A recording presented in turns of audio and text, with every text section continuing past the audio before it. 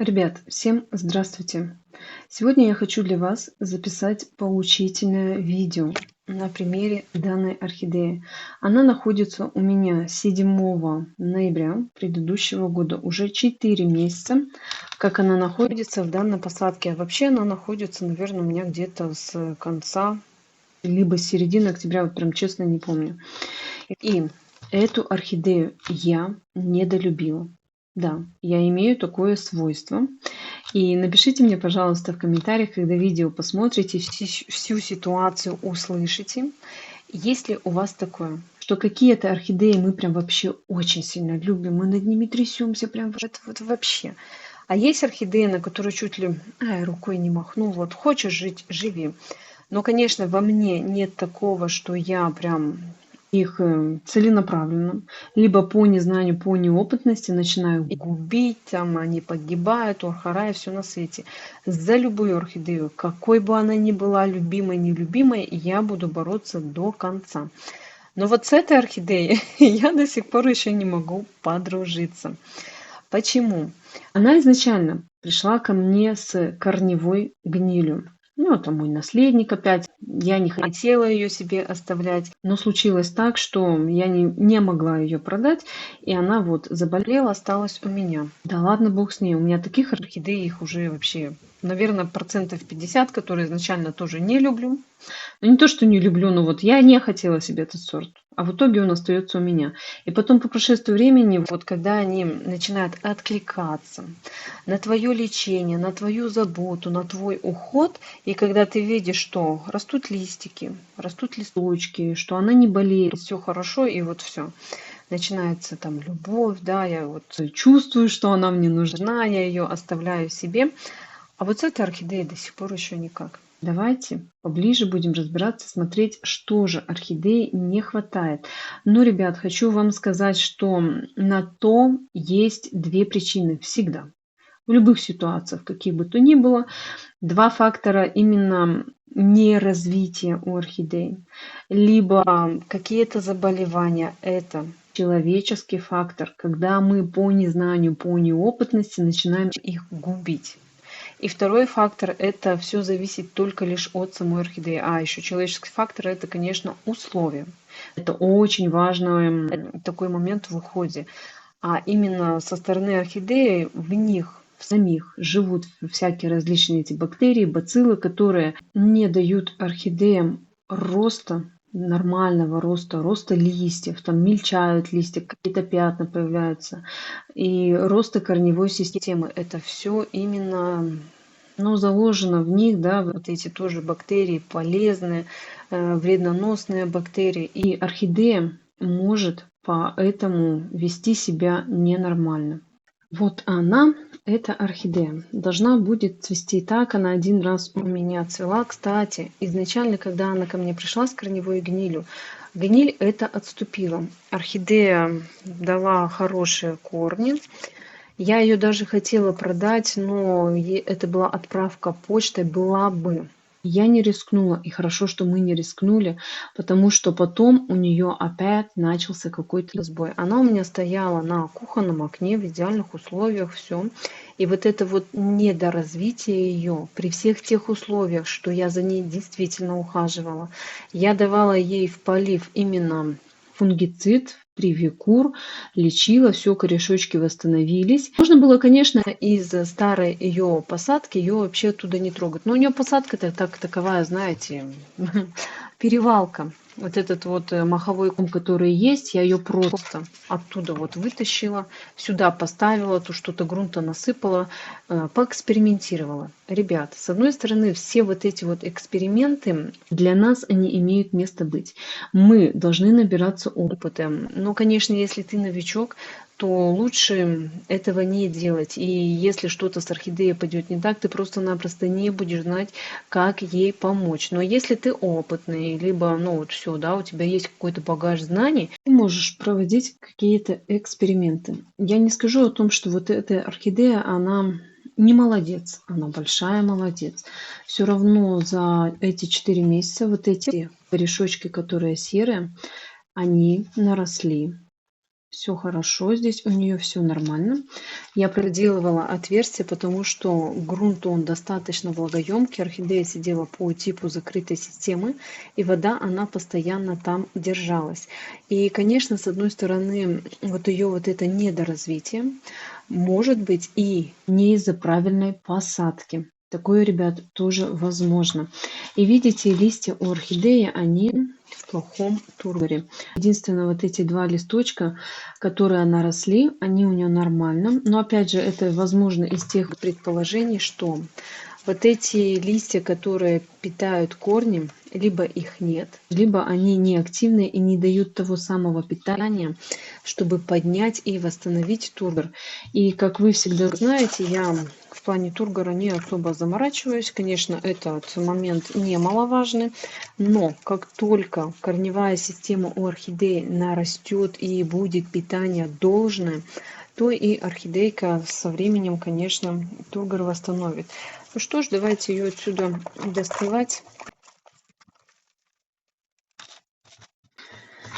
И посмотрим, что же в итоге у нее здесь. Не то, что орхидейки не дает никакого развития. Вот этот грунт я его, конечно, добавлю в новую уже посадку. Какая-никакая здесь микрофлора, она уже нормализовалась. Орхидея здесь живет, поэтому я его возьму. Конечно, предположения у меня такие, что именно та часть корневой системы, которая растет в мху, она погибла. И поэтому орхидея никак не может восстановиться. А вот эти корни, они в грунт путем уйти не могут. Они не могут получить той влаги, которая им необходима, потому что она сидела по типу закрытой системы, и в основе они были, эти корни, воздушными. И тем самым не получали должного питания. Ничего, сейчас все приведу в порядок, будет нормально. Смотрите, ситуация такая и получилось, что вот эти корни, внутри которые, они все догнили, и у нее просто не было сил на то, чтобы восстановиться. Сейчас подстригем я здесь, порядочек приведем, посадочку нормальную сделаем, и у орхидейки все будет хорошо. Опыт у меня такой есть уже многолетний, нормально все будет.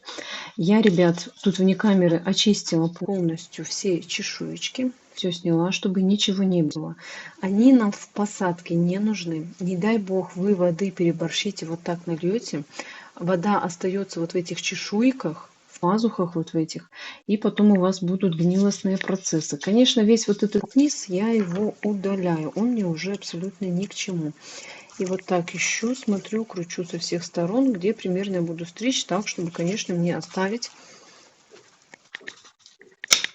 корешочки. Ствол здесь нормально, сухой, никакой не гнилостный. И далее вот я уже сейчас начинаю избавляться вообще от плохих корней, которые сгнили, и возможно еще буду достригать сам стволик, потому что тоже длинный в посадку он орхидеи незачем. Вот я добралась до этого стволика, и видите, под ним все хорошо, нормально. Все, больше мне здесь ничего состригать и не нужно. Вот единственное, вот этот, да, пустотелый корень. Я его от основания удалю, потому что, видите, он морщинистый, он уже такой подпорченный, и толку от него никакого не будет. Максимально оставляем здоровую корневую систему.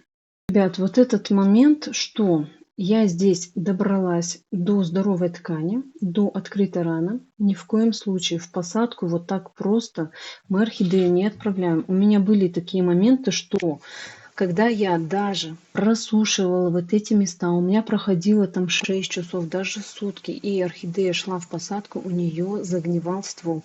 Я обязательно вот такие места среза прикрываю. Ну, у меня есть биологический препарат, который содержит субтилиус бациллус. И здесь максимум можно не прикрывать, потому что никаких гнилостных процессов нет. Фундазол тоже можно не использовать. А берем вот такой вот обычненький препарат.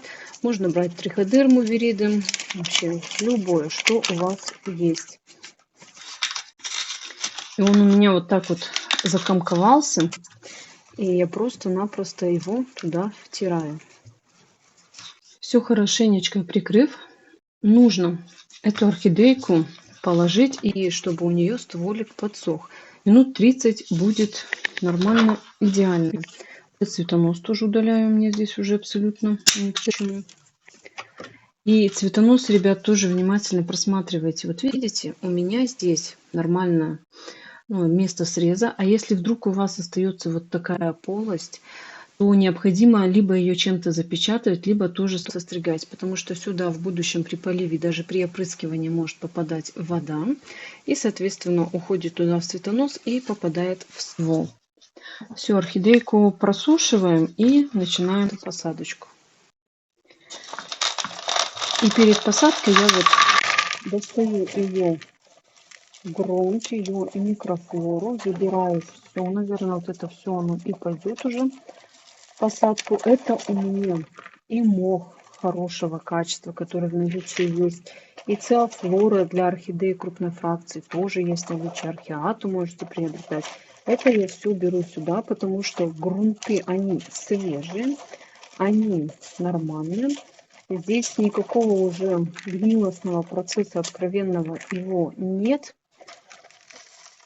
потому что все, что сгнило у орхидеи в корневой системе, это было уже в мху, который мох старый, который я уже выкинула. И, ребят, все сопутствующие товары, которые вы видите в моих видео, я обязательно отправляю почтой по России. И вот все, у нас сейчас время уже подошло. И смотрите, я для нее выбираю подходящий объем. Это немаловажно. Ни в коем случае, вот смотрите, да, какая ситуация. Вот это ее старое кашпо, это будет новое, но я предполагаю, что это будет новое. Посмотрите, ее корневая система. Как орхидейки, насколько было сложно. Вот такие вот именно ошибки совершают новички. Вот видите, огромный бутыль и маленькая корневая система. Но как она может здесь вообще расти? Нет, конечно, она вот из последних сил что-то попытается нарастить, но в итоге она совсем зачахнет и может отправиться в орхорай. И по этой причине она никак не могла здесь находиться и расти. И перед тем, как мне орхидейки усаживать в посадку, я никогда изначально не знаю о том, какой объем у меня будет. Я примерно могу предполагать, но что прям конкретно я не знаю. Бывают вообще различные ситуации. А вдруг вот орхидейка сидела вот в этом моховом коме, там вообще любой различный грунт, и у кого-то гниет корневая система, у кого-то она отличная, идеальная, и объемы они тоже абсолютно разные. Вот я когда орхидею держу в руках, только потом я понимаю, какой объем мне необходим. И вот сейчас вот я тоже примеряю, я даже еще не примеряла, просто на глаз достала и думаю, что это будет нам подходящий вариант. Сейчас для наращивания корневой системы нам нужен наименьший объем. Ни в коем случае горшки мощные вот такие нельзя давать. Да, вот прям глаз алмаз. Я не ошиблась. Видите, пространство у нее здесь есть, и его немного. Уже все корешочки будут у стенок горшка, и будет все нормально. Ну что ж, как всегда, на дно я люблю укладывать кокосовое волокно для аэрации. Для обычной посадки можете этого не делать. Можете брать какие-то другие дренажные грунты в виде керамзита, либо пеностекла, что-то еще. А мне нравится вообще, орхидейкам тоже полюбилось именно кокосовое волокно, которое в наличии также есть. И все, я его туда на дно укладываю. Опять орхидеечку сюда усаживаем. И стараясь аккуратно, вот корешок за корешочком, за каждым за ним смотреть, следить, максимально ничего не отломить. Нам каждый корень сейчас важен. И орхидею тоже вот по максимуму я ее заглубляю. Обычные посадки я совершаю, вот так, в уровень горшка, вот она шея, вот он горшок заканчивается, и чтобы было вот так. Но здесь у нас стимулирующая посадка, и орхидею можно усадить пониже. Ничего, потом разрастется другой горшочек ей подберем. Да, вот так вот будет вообще идеально. Видите, шея находится внизу. И листья, вот смотрите, да, какая ситуация. Я хотела вот этот вот нижний лист ей удалить. Да ничего я не буду здесь трогать. Зачем лишний раз травмировать орхидейку? Я как думаю, на будущее, если ей необходимо будет, она сама вот этот вот, именно вот этот лист, она его отжелтит. Ну, возможно, и этот. Видите, они очень сильно обезвоженные. Как только сейчас орхидея начнет получать достаточное количество влаги, эти листья при такой сильной обезвоженности они начнут желтеть. Это неизбежно. Конечно, я понимаю, что я сама, да, до такой ситуации орхидейку довела, но лишний раз тоже их трогать и что-то с ними там делать я не люблю. У меня такой еще один опять недавно интересный комментарий. У меня девушка мне написала, у меня складывается такое впечатление, что вы любите над орхидеями издеваться. Да бог ты мой, а что ж такое? Я не люблю над орхидеями издеваться. Я люблю в первую очередь дать орхидеям возможность самим что-то нарастить и самим справиться. Как только я вижу, что у них это не получается, потом я начинаю к ним лезть. Ребят, поймите меня правильно, и все мои действия тоже, вам необходимо их понимать. Почему я вот, да, еще тогда, там, в октябре, в ноябре не взяла, не перетряхнула, а для чего? Что бы я добилась от орхидеи, что бы я в итоге получила? Я бы получила уже совсем убитую, наверное, уже в бутылку вниз листами она стояла. Я такое не практикую, и все грунты укладываю вот так слоями, пролаживаю. Даже вот этого грунта, который я еще тогда подсыпала, его много на данную посадку. Ну ничего. Стараемся, чтобы у шеи не было мха. Туда закладывать лучше всего кору. Так, мох я его оставлю уже потом на верхний уровень. И, ребята, я вам обязательно покажу сейчас тоже результат вот от таких посадок, чтобы мне здесь не быть голословной, чтобы вы меня не ругали, чтобы вы вообще понимали, что я вообще до вас хочу донести. Компоненты данной посадки все абсолютно влагоемкие, но не забываем еще тот момент, что орхидея ранее росла в мху. Это орхидея азиатская, она любит влагу, она любит расти в мху, и ни в коем случае я не имею права усаживать орхидею именно в сухую кору. Это тоже для нее будет губительно и чревато. Сижу, ля-ля тополя. Я же хотела вот такой вот препарат сюда ей заложить. Это мне понравился такой биологический препарат, который содержит биологический фунгицид. Он содержит триходерму форциану. Она будет орхидейке помогать не загноить корневую систему. Это не антистрессовый препарат, а она вот именно что как фунгицид, как лечение. И вот так вот ей туда прям под стволик я ее подкладываю. Сухую таблетку ничем не разбавлять, потом при поливе она сама растворяется и уже начинает разрастаться. И именно биологические препараты, они растут только лишь в органических грунтах. Если у вас посадка керамзит, либо что-то еще, не органика, расти не будет. Только лишь вот кора, мох. И поэтому я вот сама люблю вот органические только посадки. Я почему-то не люблю насаживать орхидеи в неорганику. Вот столько грунта я орхидеи насыпала. Обязательно индикаторы роста у нас находятся у стенок. Мы будем видеть рост ее дальнейший. То ли ей будет хорошо, то ли ей будет плохо. Только одному Богу известно. И теперь уже сверху я укладываю мох.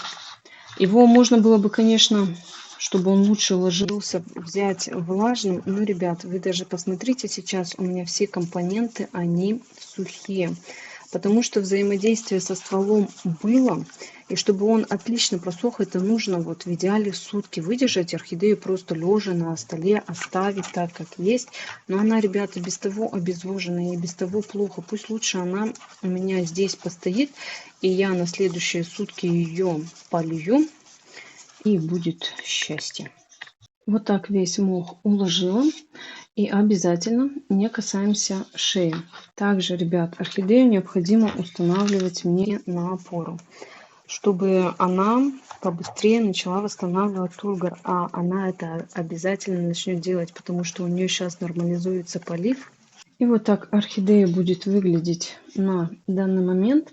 И как, ребят, я вам говорила ранее, тоже у меня есть, да, такие примеры, за которые меня иногда ругают. Вот в этом видео можете про данную орхидейку посмотреть.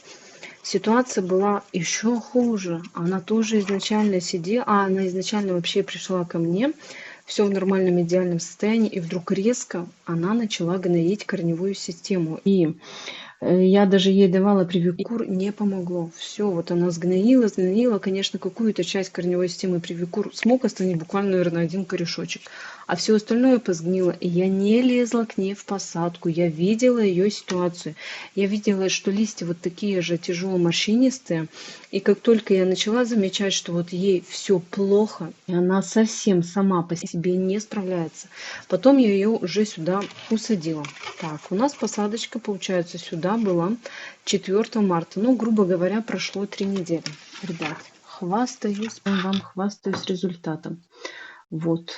Корни прям прорываются отовсюду. И какие же они жирненькие. Вот так вот. Вот до такого состояния я их довожу, и потом они еще даже лучше начинают наращивать корни. Так, вот этот вот, да, вот этот единственный корень, который у меня оставался. Ситуация в целом у орхидеи вот такая, что не сегодня-завтра должна была погибнуть, а нет, не тут-то было. Плюсом новый листик себе наращивает, плюсом корешочки везде наращиваются. Если бы я еще тогда, увидев, да, вот эту ситуацию, выпучив глаза и начиная предпринимать какие-то там обезбашенные действия, я бы ее увела в тяжелое реанимационное состояние. Мне бы тоже, наверное, пришлось ее...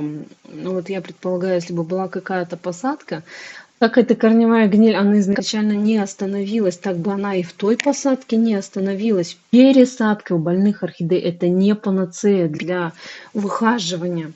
Панацея – это здоровые и светлые, и правильные мысли. Только потом вы добьетесь результата. Орхидея бы там сгноила, да, в этой посадке корневую систему.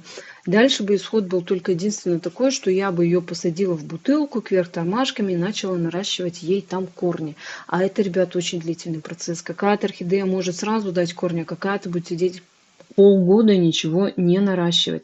А здесь 3 недели и все идеально, все безупречно, все как надо. Сейчас эти корешочки уйдут в грунт, и орхидея, все, у нее начинается новая жизнь.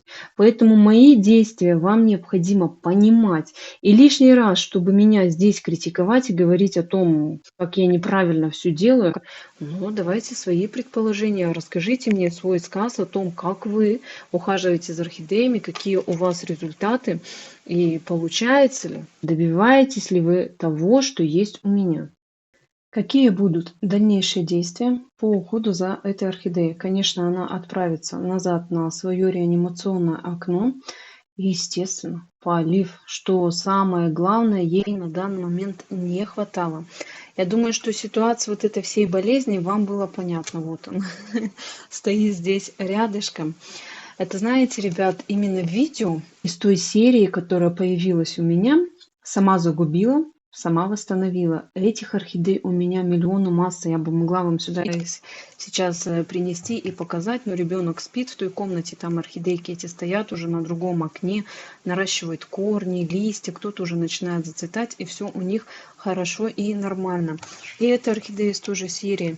Я ее в свое время, да, маленечко подзагубила, но опять же, я еще раз повторюсь, именно почему были мои такие действия, что я в первую очередь самим орхидеям даю как-то восстановиться. Конечно, я им помогаю только лишь в плане либо лечения, если это необходимо, либо какие-то восстановительные процедуры, то есть препараты даю антистрессовые, там, стимулирующие, что-то еще. И если вдруг орхидея уже все на издыхании, на последнем, и я вижу, что она не справляется, только потом я начинаю орхидеи пересаживать.